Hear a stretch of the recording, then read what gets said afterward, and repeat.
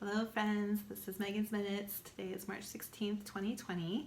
We are just settling into quarantine, and I'm sure that many of you are feeling like I am, with just my thoughts going many different directions and trying to follow what's happening with COVID-19 locally and globally, and trying to understand social distancing and figuring out what's happening with work and what the economic impacts are going to be, and what it's going to be like having the kids home for so long. And so many things are going around our heads right now, and I just wanted to take some time first to share with you that I will be sharing a lot of resources for how to prepare your environment so that your child can continue to thrive, and you don't need to be, giving direct lessons to them all the time. That's not how it works in Montessori anyway. So I have a lot of ideas about things you can be doing at home to support your child's development and still have time to do your work and whatever else needs to happen. But first and foremost, I feel like it's important that we talk about just how to talk to your child about what's happening. Whether you're feeling super stressed out or not, I think most of us are a little bit shaken by all that is happening.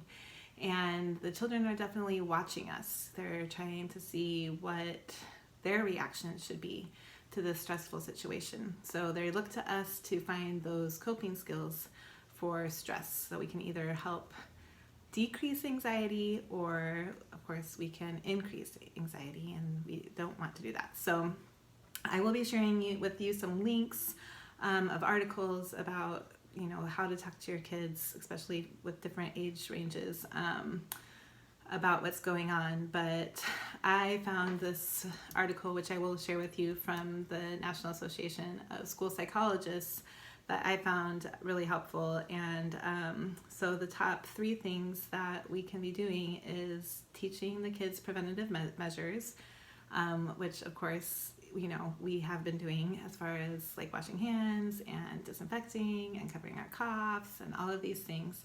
We want to give them truth information without causing concern.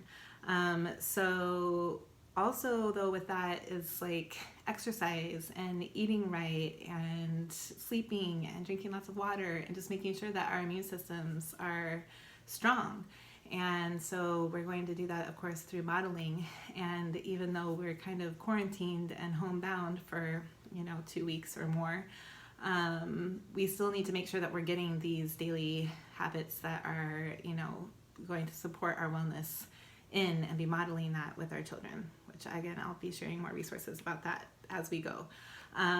But also being there to talk with them about whatever they're feeling. So whether it's fear or just confusion or worry or curiosity, whatever it is, first we want to recognize the feelings, name the feelings, and of course be available to talk to them about it. And all feelings are okay, and we all have all of them. So just being sure that they know that you are there to support them and to listen to whatever they have to share.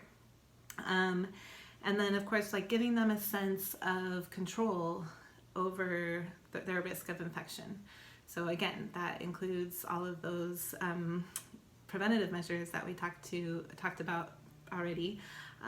But also like what we're doing with the quarantine and just the social distancing, and trying to, even though we are not sick, we still want to make sure that we're making sure that all of our neighbors and community are able to stay healthy. And so that is part of why we are quarantining.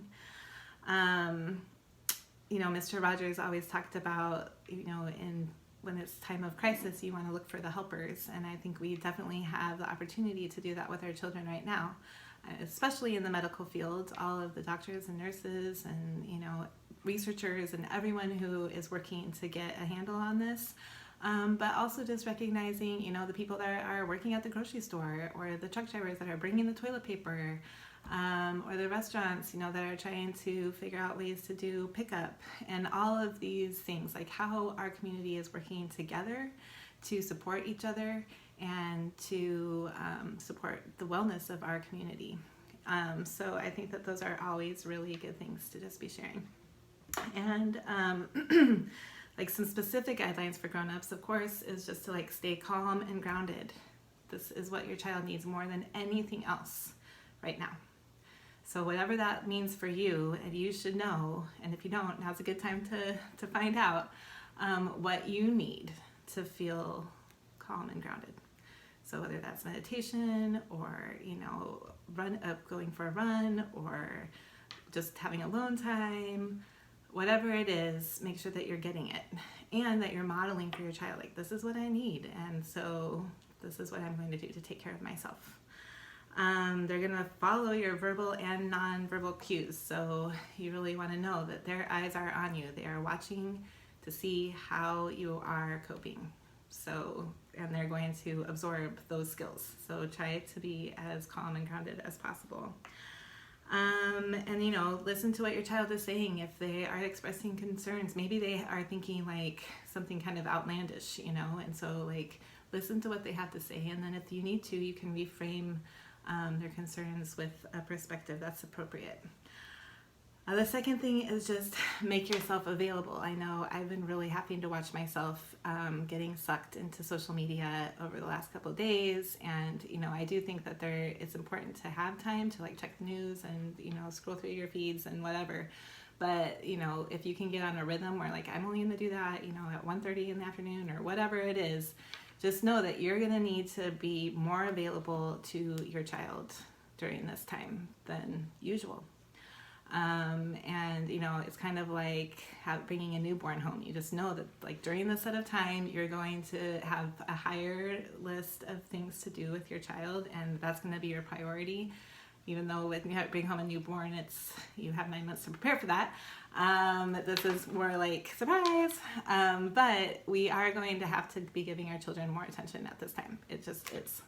So in order to support them and help all of us get through this in an easeful way, we have to know that we're going to have to be really attentive to them and encouraging discussions about feelings and letting them know that we're paying attention to them and that we're listening to them and that we're there for them and that we're all in this together. So tell them that you love them a lot.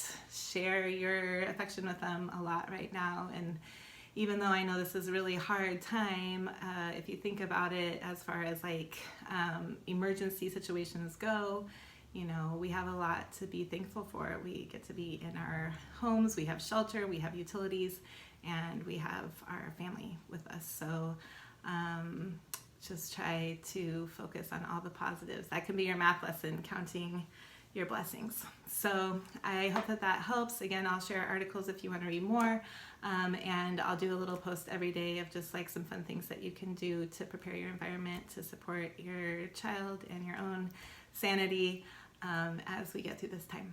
But okay, so usually I say I'll see you at school, but I won't be seeing you at school probably, definitely not within the next couple weeks. So I will just say I'll see you next time. Okay, take care.